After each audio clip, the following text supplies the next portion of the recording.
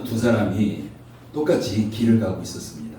그런데 길을 가는 중에 두 사람의 관심을 끄는 물건이 있었어요. 정말 자기가 사고 싶었던 것이었고 그동안 찾아도 찾지 못했던 물건을 길을 가면서 그것을 발견한 겁니다. 그래서 그 두 사람이 그 물건을 사고 싶었지만 물건을 살 수가 없었습니다. 그럼 여러분들은 그 이야기 여기까지 들었을 때 그 이야기를 여러분이 어떻게 해석하시겠습니까? 그들이 왜 못 샀을까요? 두 사람이.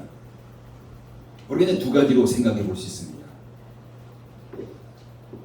한 사람은 물건을 살려고 했는데 주머니에 돈이 없었어요. 그래서 그냥 갔습니다. 그런데 그는 돈이 없는 사람이 아니라 돈이 부자예요. 그럼 어떻게 됐을까요? 그 사람은 아마 지금은 못 샀지만 집에 돌아가서 집에 돈을 가져와서 아마 샀을 겁니다. 근데 또 한 사람은 정말 그걸 사고 싶었는데 살 수 없었고 그런데 그 사람은 전혀 돈을 가지지 못했습니다. 그럼 그 사람은 집에 돌아가서도 살 수 없는 거죠. 돈이 없기 때문에. 근데 우리가 그런 어떤 그 사람의 어떤 상황이라든가 그 사람의 어떤 사정 그런 배경들 우리가 이걸 우리가 모른다면 두 사람 똑같이 그냥 사고 싶으면 살 수 없었다 이걸로 그냥 끝나는 거예요. 근데 두 사람 상황은 굉장히 다르잖아요. 그냥 못 산 것 그걸로 끝나는 것이 아니라 한 사람은 살 수 있었는데 돈이 없어서 그때 못 산 것이고 그 후에 다시 샀고 한 사람은 정말 필요해서 사고 싶었지만 그래도 못 샀고 이렇게 상황을 본다면 굉장히 둘은 다릅니다. 여러분 우리가 성경 볼 때도 마찬가지예요. 우리가 성경 읽을 때도 우리가 그 배경을 어느 정도 알 때 우리가 그 사건들을 바르게 이해할 수 있습니다. 근데 우리가 그 배경을 우리가 이해하지 못하고 그냥 단지 문자적으로 우리에게 드러난 그런 현상만 가지고 우리가 성경을 바라본다면 하나님께서 우리에게 전하고자 하는 그런 메시지 우리가 그런 메시지를 놓칠 수 있고 그냥 우리 나름대로 그냥 그런가 보다 라고 볼 수밖에 없습니다. 그래서 성경을 읽는 데 있어서도 우리가 반드시 우리가 읽은 부분을 통해서 우리가 배경들을 한번 생각해 볼 필요가 있습니다. 배경을 그려보는 거예요. 우리 머리 가운데. 그러면서 그 사건들을 우리가 배경에 이렇게 대입해서 바르게 우리가 해석할 수가 있습니다. 그럼 우리가 오늘 본문을 읽었는데 짧아요. 4절 정도밖에 되지 않습니다. 그러면 오늘 본문의 배경은 뭘까라는 거예요. 우리가 오늘 본문을 읽으면서 그 배경을 머릿속에 우리가 그려보면서 읽었다면 그건 참 잘한 거고요. 근데 우리가 그 배경을 전혀 생각하지 아니하고 그냥 오늘 짧은 본문 4구절 그냥 그 부분 나타난 부분들 드러난 현상 우리가 이것만 가지고 우리가 본문을 읽었다면 우리는 하나님께 우리에게 전하고자 하는 그 메시지 우리가 그들을 놓칠 수도 있다는 바로 그런 사실입니다. 여러분 오늘 본문의 배경 살펴보십시오. 우리가 지금 주일 예배를 통해 살펴보는 것이 지금 사도행전 1장 1절부터 살펴봤기 때문에 우리가 오늘 충분히 우리가 본문에 대한 배경들 우리가 알 수가 있습니다. 그러면서 본문을 가지고 지금까지 살펴봤던 그런 내용을 가지고 오늘 본문 짧지만 오늘 본문과 연결해 본다면 분명히 오늘 짧은 그런 메시지 통해서 구절을 통해서 하나님께 우리에게 전하고자 하는 메시지가 오늘 무엇일까라는 것들을 분명히 우리는 알 수가 있는 거죠. 우리 유대 종교 지도자들 바로 그들이 그 당시의 권력층입니다. 그 당시 사회의 지도층인 거죠. 근데 그들은 예수님을 십자가에 못 박아 죽인 자들이에요. 바로 예수님께서 자신이 하나님의 아들이라고 해갖고 하나님과 동등하다고 해가지고 그걸 신성모독해가지고 예수님을 십자가에 못 박아 죽인 자들입니다. 그런데 그런 예수님이 다시 살아나셨다는 거예요. 그리고 부활하신 후에 40일간 이 땅에서 육신의 몸으로 제자들과 함께 생활하셨고 40일 후에 승천하셔서 하나님께로 올라가셨다라는 것이 그 당시의 배경입니다. 예수님이 승천하셨을 때 예수님의 제자들이 어떻게 했습니까? 제자들이 승천하신 후에 전혀 활동을 하지 않아요. 그냥 죽은 듯이 가만히 지냅니다. 그런데 어느 날 갑자기 전혀 활동하지 않았던 제자들이 갑자기 나타나가지고 뭔가를 막 전하기 시작해요. 뭔가를 전하는데 그게 바로 자신들이 죽였던 예수 그리스도입니다. 그 예수님이 살아나셨다는 거죠. 그런데 그 예수를 너희가 믿어야 된다는 겁니다. 이게 지금 제자들이 전하고 있는 바로 그런 부분들이죠. 뿐만 아니라 우리가 지난주 살펴봤던 그 본문에서 베드로와 요한이 기도하기 성전에 올라갈 때 나면서부터 한 번도 걸어오지 못한 안전뱅이 그가 구걸하고 있었을 때 그에게 예수 그리스도 이름으로 선포하면서 그가 걷고 뛰었습니다. 그래서 그때 또 전하는 것이 뭐냐면요, 이 안전뱅이가 걷고 뛰는 것이 부활하신 예수님께서 그를 치유하신 것이다라는 거죠. 그렇기 때문에 너희는 그 예수를 믿어야 된다.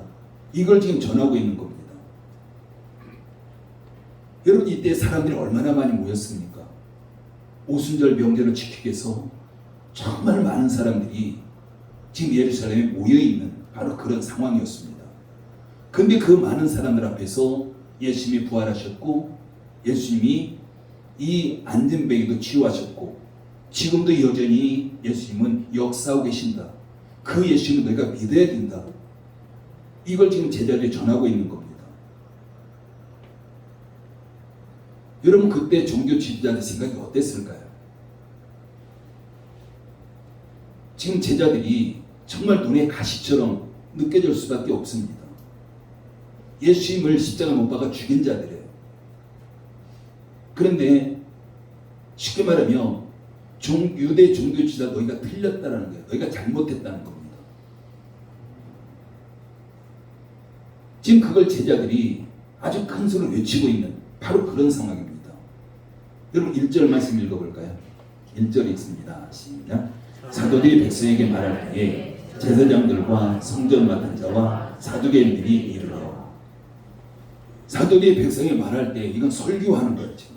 설교하고 있을 때에입니다. 쉽게 말하면 설교를 마친 것이 아니라 설교하고 있을 때에 제사장들과 성전 맡은 자, 성전 맡은 자는요 성전 수비대 대장이에요. 그리고 사두개인이 지금 설교하는 현장에 이르는 겁니다. 한 번도 나면서부터 걷지 못했던 그 안진뱅이가 걷고 뛰고 하는 바로 그 사건. 이걸 듣기 위해서 이 사건 때문에 지금 수많은 사람들이 모여서 지금 베드로의 설교를 듣고 있는 겁니다. 얼마나 놀라운 사건이에요.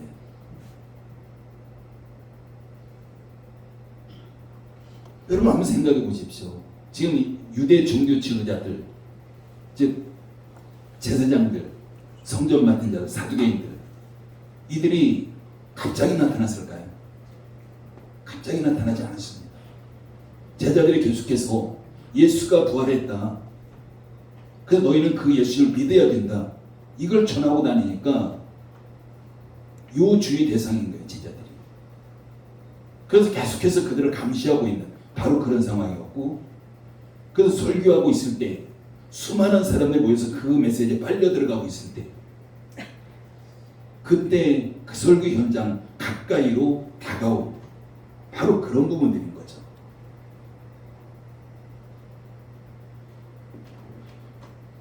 그럼 베드로가 설교했을 때 한 번에 3,000명의 사람들이 세례를 받고 예수님을 영접했습니다. 오늘 본문에서는요 5,000명이나 되는 사람들이라고 합니다. 정말 많은 사람들이 지금 베드로의 설교 가운데 예수님을 믿기로 받아들이는 거야. 이걸 바라보고 있는 유대 종교 지도자들, 그들 마음은 어땠을까요? 여러분 2절 말씀 읽습니다. 시작. 예수 안에 죽은 자의 부활이 있다. 백성을 가르치고 전함을 싫어하여. 그게 너무 싫은 거예요. 예수님이 부활했고 예수님 믿는 자가 부활할 것이고 이걸 계속 전하고 가르치는 겁니다. 그래서 그들이 그것을 전함을 싫어했다라고 합니다. 여기서 싫어했다는 것은요, 심히 분노했다는 거예요. 그냥 단지 우리 성경에 싫어했다고 번역되어 있지만 그들이 정말 노발대발하면서 심히 분노하고 있는, 여러분 그 현장을 생각해 보십시오. 그냥 단지 싫어해서 가만히 있었을까요? 그냥 쳐다보고 있었을까요? 인상만 쓰고 있었을까요? 절대 그런 일이 일어나지 않았습니다.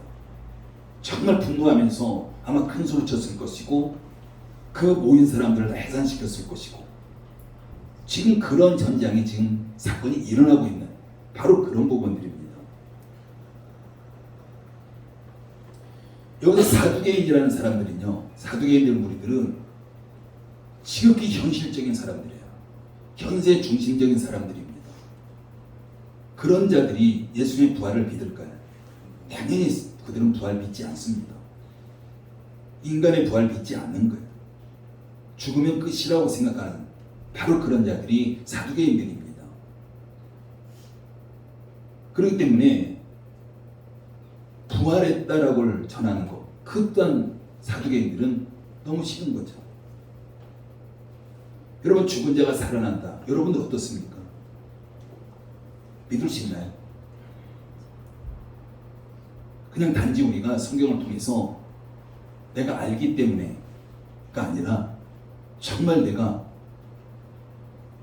실제로 그걸 믿을 수 있냐는 거죠.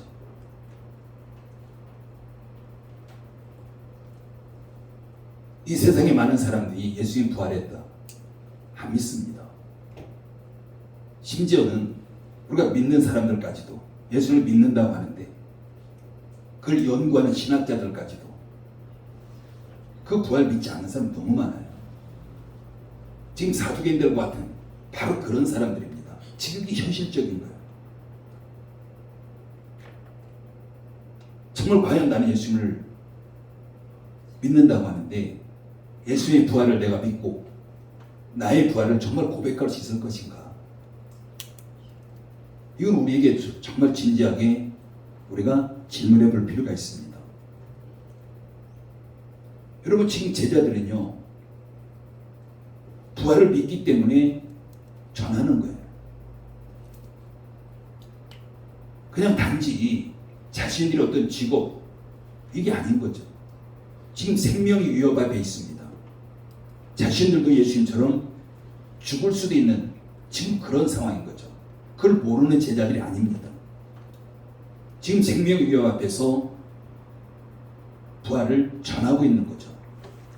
그럼 과연 우리는 지금 우리가 단지 믿음의 고백 이 정도가 아니라 어떤 생명의 위협 앞에서, 어떤 커다란 고난 앞에서 우리 예수의 부활을, 그리고 정말 우리의 부활할 것을 우리가 고백할 수 있느냐라는 겁니다. 여러분 부활은 사실입니다. 부활을 우리가 믿어야 돼요. 우리가 부활을 믿지 않으면 예수님 안 믿는 것과 똑같습니다. 우리가 부활을 믿지 않으면 우리가 예수님 믿는다고 할지라도 어쩌면 그것은 믿음이 아니라 종교적인 거죠. 그냥 세상 사람 같이 종교 생활하는, 우리가 그 부분이라고 밖에 볼 수 없습니다. 여러분 성경에 보면요, 죽음을 보지 아니하고 하늘에 올라간 자들이 있잖아요. 그리고 죽었지만 다시 살아난 자들, 예수님 외에도 많이 있습니다. 여러분 죽음을 보지 아니하고 하늘에 올라간 자가 누굽니까? 우리가 구약에 보면은 에녹이라는 사람이죠. 창세기에. 그리고 열왕기에 보면은 회오리 바람을 타고 올라갔던 엘리야가 있습니다. 이들은 죽음을 보지 않았습니다. 그냥 살아있는 상태로 하늘로 올라간 바로 그런 자들입니다. 그리고 죽었다가 살아난 자, 우리 열왕기에 보면요, 수넴 여인의 아들, 우리가 잘 알죠. 그 다음에 사렙다 과부의 아들, 죽었다가 살아났습니다. 그리고 무덤에서 엘리야의 뼈에 닿았던 시체, 그 시체들이 살아난 거예요. 그리고 신약 성경에도 꽤 많습니다. 회당장 야이로의 딸 죽었는데 예수님이 살리셨습니다. 그 다음에 우리가 잘 아는 나사로 있죠. 나사로도 죽었는데 예수님이 살리셨습니다. 그 다음에 사도행전에 나오는 요바의 다비다라는 여제자, 그리고 바울이 말씀을 전할 때에 그 당시는요 우리와 같이 이런 주일 개념이 아니잖아요. 안식일 개념입니다. 그렇기 때문에 그들이 밖에서 열심히 일하고 밤에 주일 예배를 드리는 거예요. 그러나 너무나도 바울의 설교를 듣다가 너무 피곤해가지고 그냥 졸면서 2층 난간에서 듣다가 떨어져 죽었습니다. 그게 바로 유도거죠. 근데 바울이 살렸습니다. 이외에도 더 많아요. 그래서 성경에서 보면 죽었는데 다시 살아난 자들 많습니다. 그리고 대표적인 것이 바로 우리 예수님의 부활입니다. 예수님의 부활은 죽은 자의 부활을 증명하는 그런 참된 증거, 대표적인 거죠. 우리가 오늘날 교회 안에 정말 그 믿음, 그 신앙이 부활의 믿음, 부활의 신앙으로 우리가 부장해야 됩니다. 그럼 오늘날 교회 안에 그는 어떤 믿음일까요? 믿음의 색깔이. 어찌 보면은 사두개인들 같은 그런 믿음의 색깔을 가지고 있다고도 볼 수 있어요. 지극히 현실적이에요. 지극히 현세적입니다. 부활의 어떤 믿음, 부활의 신앙, 이거보다는 내가 어떻게 하면 이 세상에서 정말 축복받고 잘 살 수 있을까? 여기에 초점 맞추신 그런 믿음의 소유자들이 너무 많다는 겁니다.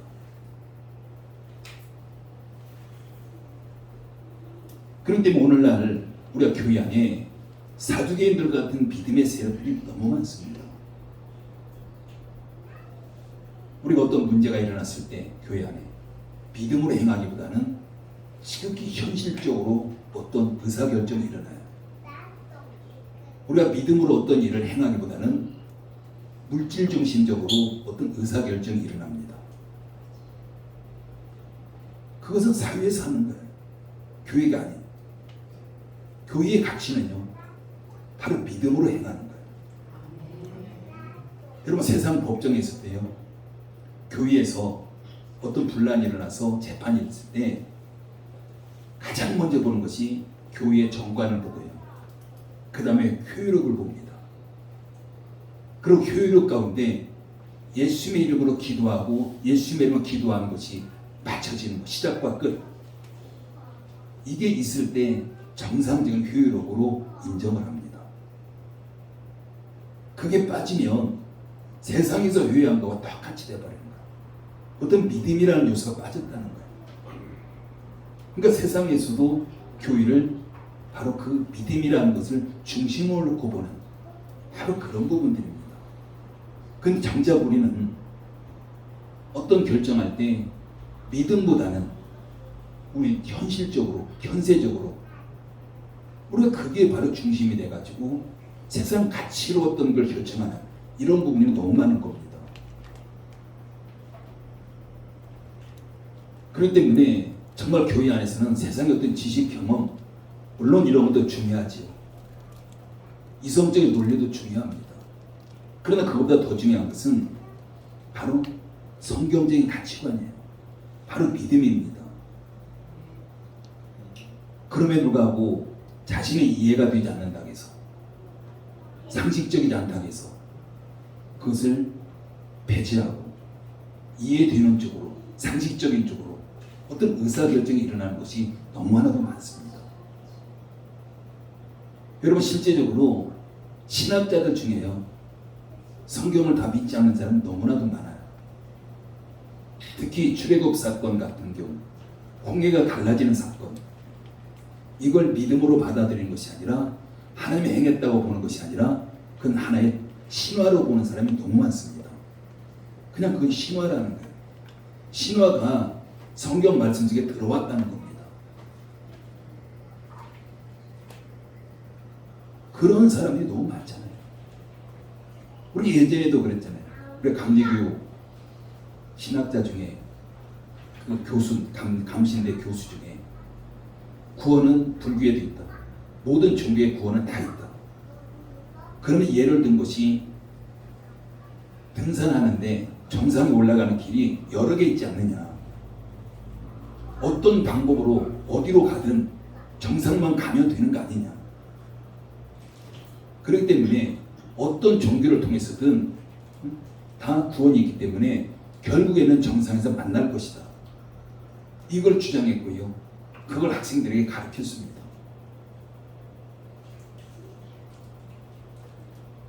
그래서 한국교회에 엄청난 그 파장을 일으켰고 그 심각한 그런 부분들도 있었어요. 그게 우리 한국교회예요. 어쩌면 우리도 많은 부분들이 어떤 결정하는데 성경적인 가치관이 아니라 우리의 어떤 상식, 우리의 지식, 우리의 경험 이걸 통해서 그 가치 기준을 삼는 이런 부분들이 우리도 사실 많잖아요. 우리가 이성으로 이해되는 것만 우리가 믿을 것 같으면 굳이 하나님 믿지 않아도 됩니다. 그냥 이 세상에 얼마든지 믿을 게 많아요. 우리가 그 가치관을 한다고. 우리 하나님보다 더 훨씬 믿을 만한 것들이 더 많습니다. 그냥 이 세상에서 힘센 사람 따라다니면 돼. 나를 도와줄 사람 따라다니면 돼. 그 사람 믿으면 돼. 정말 우리가 상식에 갇혀 있을 것이라면 굳이 상식적이지 않은 그 말씀을 우리가 믿을 필요가 없는 거죠. 우리가 성경에 보면 이해가 되지 아니하고 상식적이지 아니하고 과학적이지 아니하고 이런 부분들이 얼마나 많습니까? 근데 우리는 그런 부분들을 빼놓고 내가 이해되는 것만 내가 따라갈 것 같으면 내가 이해되는 것만 믿을 것 같으면 굳이 우리는 그 성경을 믿을 필요 없고요. 하나님 믿을 필요 없는 거죠. 우리가 믿음이라는 것은 내가 이해되지 않아도 내가 하나님 믿기 때문에 그걸 받아들이는 거예요. 그래서 내가 그 길을 걸어가는 겁니다. 예수님의 부활은요, 성경적인 근거를 가지고 있습니다. 이미 구약에서도 예수님의 부활을 예언하고 있었어요. 이사야서 때로는 시편 여러 번 예수님의 부활에 대해서 증거하고 있습니다. 그리고 그 예수님의 제자들, 누구보다도 예수님의 제자들, 예수님의 가장 가까이서 따랐던 제자들, 그들이 지금 증거하고 있는 겁니다. 예수님의 제자들은 예수님의 부활을 친히 목격한 자들입니다. 예수님의 죽은 자도 살리는 것을 가장 가까이서 그걸 친히 목격했던 자들이에요. 예수님이 친히 부활하신 것도 목격하고 친히 만져보기까지 했습니다. 여러분 4절 말씀 읽을까요? 4절 읽습니다. 시작. 말씀을 들은 사람 중에 믿는 자가 많으니 남자의 수가 약 5천이나 되었다. 베드로가 설교했을 때 이제는 5천 명 정도의 사람들이 베드로의 설교를 받아들인 거예요. 그러면 예수를 믿기로 결단한 겁니다. 여기 5천 명이라는 사람들 가운데는 아마 베드로와 같은 제자들처럼 예수님의 부활을 봤던 목격했던 자도 있을 거고요. 들어서 알고 있는 자들도 있었을 겁니다. 근데 부활이라는 사건이 너무나도 엄청난 사건이잖아요. 그러니까 봐도 들어도 반신반의했던 아마 그런 자들도 꽤 있었을 거예요. 그러나 베드로의 설교를 통해서 다시 결단하게 된 바로 그런 부분들입니다. 여러분, 인간에게 가장 큰 두려움이 뭘까요? 많은 사람들이 가장 큰 두려움하면 죽음이라고 꼽을 겁니다. 여러분, 왜 죽음이 두려울까요? 많은 사람들이 죽음을 두렵다고 하는 이유 중에 하나가 죽음이 마지막이기 때문에. 죽음이 끝이기 때문에 아마 그런 이유를 대고 있습니다. 죽음 이후에 아무것도 기대할 수 없기 때문에. 여러분, 그럼 죽음이 끝일까요? 정말 이 세상도 죽음이 끝이라고 생각할까요? 여러분, 죽음이 끝이 아니라 죽음은 새로운 시작입니다. 그렇기 때문에 우리에게 정말 우리가 두려워야 될 것이라면 예수님의 부활에 우리가 참여하지 못하는 것, 이게 가장 큰 두려움인 겁니다. 즉 새로운 시작에 참여하지 못하는 것, 이게 두려운 거죠. 우리가 부활에 참여하지 못한다는 것은 하나님의 그 생명에 참여하지 못하는 바로 이런 부분들을 의미하는 겁니다. 여러분, 인간은요 없어진 존재가 아닙니다. 다른 피조물들은 없어지는 존재예요. 언젠가는 없어지는 거예요. 흔적조차도 없어집니다. 근데 인간은 결코 없어지는 존재가 아닙니다. 영원한 존재예요. 인간이 죽는다고 해서 어디로 사라지지 않습니다. 여러분, 세상에서 믿지 않는 사람들도 내세를 이야기해요. 예수님 안 믿어도 자기 조상들이 죽어서 그걸로 모든 것이 끝나서 완전히 다 사라진, 이걸 말하지 않습니다. 귀신이 되고 떠돌아다닌다고 하잖아요. 때론 불교 같은 데서는 윤회 사상을 주장하잖아요. 다시 돌고 돈다고. 그게 뭘까요? 없어지지 않는 거잖아요. 세상도 그렇게 생각합니다. 없어지지 않아요. 죽음 이유에 대해서 세상도 이야기하고 있습니다. 여러분, 죽음 이후에 새로운 삶이 기다리고 있는 거죠. 그 삶이 뭘까요? 예수를 믿는 자 영생합니다. 그 천국에서. 예수를 믿지 않는 자 그들도 영생합니다. 어디에서요? 지옥에서. 장소만 달라져요. 영생입니다. 그러니까 없어지지 않는 거예요. 그럼 우리는 어떻게 하면 그 예수님의 그 부활에 참여할 수 있을까? 천국에서의 영생에 우리가 어떻게 하면 참여할 수 있을까? 우리가 잘 알듯이 부활하신 예수님을 믿는 겁니다. 우리가 부활을 믿는 거예요. 그게 예수 그리스도로 말미암아서 부활과 영생이 주어지는 것, 우리가 부활을 믿는 거잖아요. 그게 바로 복음이에요. 여러분, 복음은요 말 그대로 기쁜 소식입니다. 예수님의 십자가에서 죽었다, 이건 복음이 아닌 거죠. 죽었잖아요. 거기까지는 복음이 될 수 없습니다. 예수님이 죽었다가 다시 살아나셨다가 복음이에요. 여러분, 부활신앙이라는 것은 죽음을 이기는 겁니다. 예수님이 십자가에서 죽었지만 죽음을 이기시고 다시 살아나셨다. 이게 부활신앙입니다. 우리가 그 부활신앙 가지셔야 돼요. 단지 현세에 매어가지고 이 땅에 있을 때 우리가 묶여있고, 이건 부활신앙이 아닙니다. 우리가 단지 부활절 예배에 참석한다고 해서 그게 부활신앙이 아닌 거예요. 우리 삶에서 부활신앙이 나타나야 됩니다. 이런 부활신앙은 악에게 굴복하지 않는 겁니다. 지금 예수님의 제자들처럼. 예수님의 제자들 죽을 수 있는 거 알아요. 자신들이 예수님의 부활을 전할 때, 복음을 전할 때 자신들이 그 자리에서 죽을 수 있다는 걸 알고 있습니다. 그럼에도 불구하고 그게 두렵지 않은 거죠. 왜? 그들이 부활신앙을 가지고 있기 때문에. 여러분, 오늘날 우리 교회 안에, 오늘날 한국교회 안에 사두개인들 같은 자들이 너무 많아요. 우리 안에도 있습니다. 현세 중심적인 것들, 물질 중심적인 것들, 세상 중심적인 것들, 부활의 영생이 없다고 하는 자들도 너무 많습니다.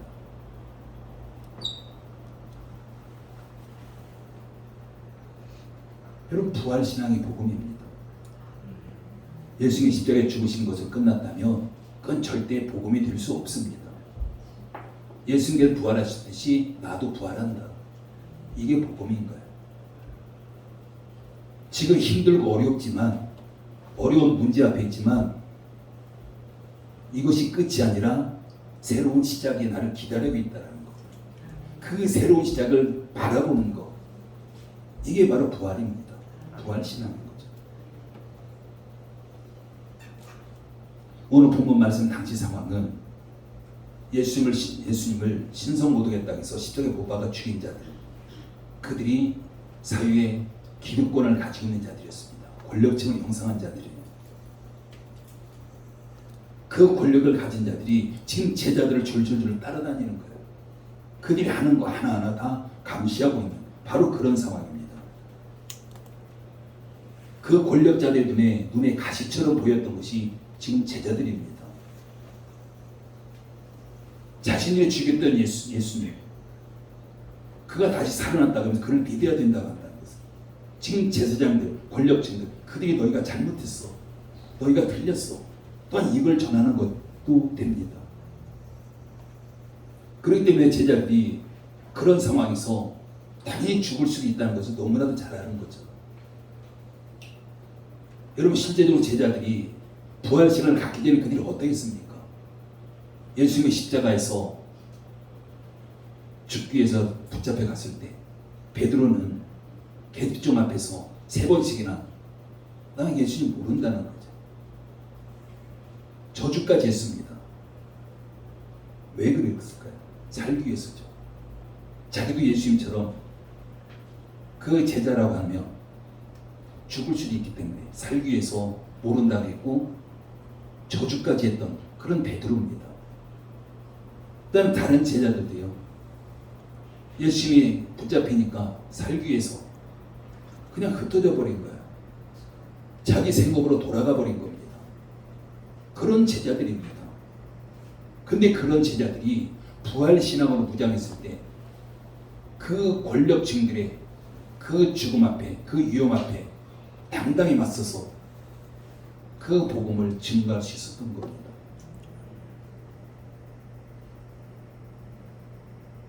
여러분, 부활신앙만이 우리가 죽음을 이길 수 있고, 부활신앙만이 우리의 어떤 문제, 우리 환경을 뛰어넘어갈 수가 있습니다. 정말 우리에게 부활신앙이 필요하고, 오늘날 한국교회에 부활신앙이 필요합니다. 그러할 때 우리는 그 어떤 것도 우리가 부활신앙을 통해서 이겨나갈 수 있다는 사실이죠. 근데 오늘날 교회가 점점 사회를 향해서 힘이 약해져 가고 있습니다. 영향력이 떨어져 가고 있는 거죠. 왜 그럴까요? 우리가 사회를 닮아가기 때문에 그래요. 우리가 사회를 닮아가면 우리가 사회를 뛰어넘어갈 수 있을까요? 능가할 수 있을까요? 교회가 불가능합니다. 우리가 사회를 뛰어넘고 사회를 능가할 수 있는 것은 우리가 복음으로만 가능한 거예요. 부활신앙으로만 가능한 겁니다. 근데 그 가능한 복음, 그 믿음, 부활신앙, 이걸 내려놓고 사회와 똑같은 곳으로 그들과 경쟁하려고 할 때 당연히 거기서는 우리가 그들과 상대가 되지 않습니다. 영향력은 감소할 수밖에 없어요.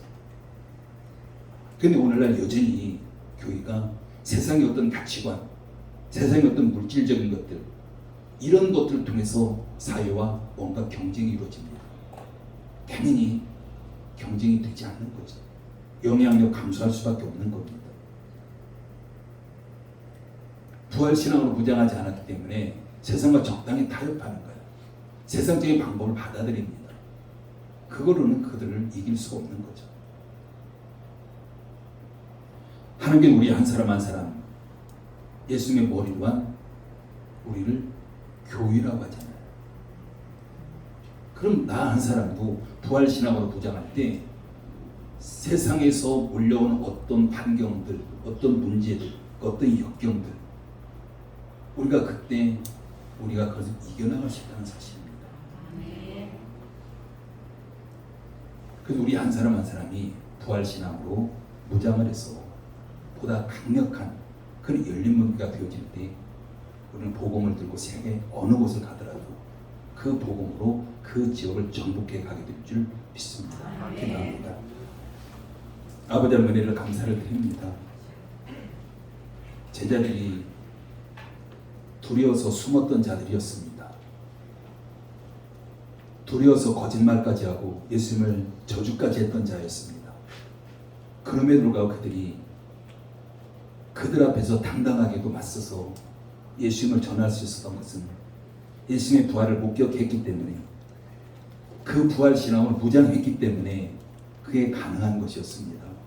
아버지 하나님, 우리가 세상에서 때로는 어떤 문제 앞에서, 환경 앞에서 우리가 힘들어하고 있다면 다시 나를 바라보면서 정말 내 신앙의 색깔이 무엇인지 볼 수 있도록 영적인 눈을 열어주시고, 우리 또한 제자들과 같이 부활 신앙으로 무장해서 이 세상의 거센 파도 앞에 당당히 맞서서 그것들을 뛰어넘고 이겨나가는 우리의 모든 성도들 되게 하여 주시옵소서.